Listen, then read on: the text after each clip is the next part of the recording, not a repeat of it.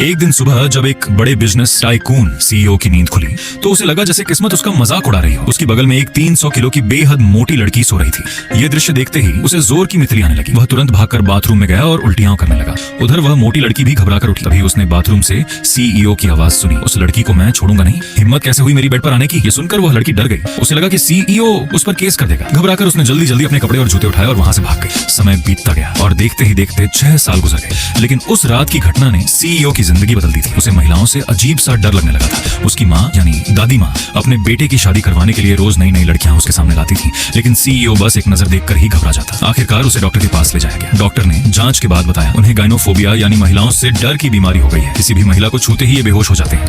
ये सुनकर दादी माँ घबरा गई। अगर ऐसा रहा तो हमारे खानदान की वंश बेल कैसे चलेगी। वह लगभग बेहोश ही हो गई थी कि तभी एक छोटा लड़का डॉक्टर से अपनी बीमारी के बारे में पूछने अंदर आया। जैसे ही दादी माँ की नजर उस बच्चे पर पड़ी, उनकी आंखें फैल गईं, क्योंकि वह बच्चा हूबहू उनके बेटे के बचपन जैसा दिखता था। दादी माँ तुरंत उसे पकड़कर बोली, मेरे बेटे तुम्हें क्या बीमारी हो गई, तुम इतने छोटे कैसे हो गए। बच्चा हैरान होकर बोला, दादी आपने शायद किसी और को पकड़ लिया है। सीईओ ने भी अपनी माँ को समझाया कि उन्होंने गलती से पहचान लिया है। लेकिन दादी माँ को यकीन था यह बच्चा उनके खानदान का ही है। उन्होंने तुरंत सीईओ से पूछा, क्या तुमने कभी किसी औरत के साथ संबंध बनाया था। सीईओ के दिमाग में तुरंत उस रात वाली मोटी लड़की की याद आ गई। वह चिढ़कर बोला, उस औरत का नाम मत लीजिए। दादी माँ खुश हो गई, क्योंकि इसका मतलब था कि वह किसी महिला के संपर्क में आया था। उन्होंने बच्चे से पूछा, तुम्हारी उम्र कितनी है, तुम्हारे माता पिता कहाँ हैं। बच्चे ने बताया, मैं 5 साल का हूँ, मेरे पास सिर्फ माँ है, पिता नहीं।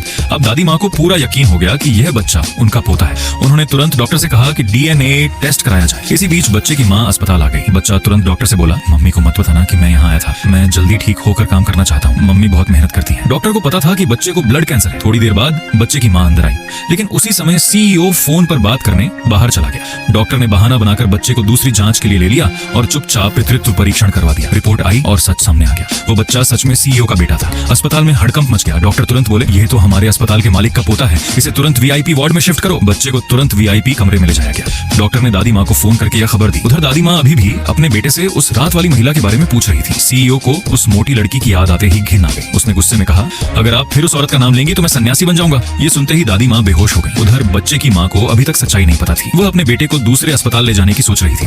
तभी उसकी मुलाकात अपने पुराने बॉयफ्रेंड से हो गई। असल में जब वह पहले बहुत मोटी थी तब उसके बॉयफ्रेंड ने मजाक मजाक में उसे प्रपोज किया था। बाद में पता चला कि वह सब दोस्तों के साथ लगाया गया शर्त का खेल था ताकि उसका मजाक उड़ाया जा सके। उस अपमान से आहत होकर उसने एक पूरी बोतल शराब पी ली थी और उसी नशे में वह गलती से उस होटल के कमरे में चली गई जहां सीईओ ठहरा हुआ था। आज वह पतली और खूबसूरत हो चुकी थी, इसीलिए उसका पुराना बॉयफ्रेंड उसे पहचान नहीं पाया। लेकिन उसके साथ खड़ी लड़की ने उसे पहचान लिया। अरे ये तो वही मोटी लड़की है। उन्होंने उसका मजाक उड़ाना शुरू कर दिया। इतनी मोटी थी, अब प्लास्टिक सर्जरी करा ली क्या। उन्होंने उसके बेटे का भी मजाक उड़ाया। पता नहीं किस भिखारी का बच्चा है। बच्चे ने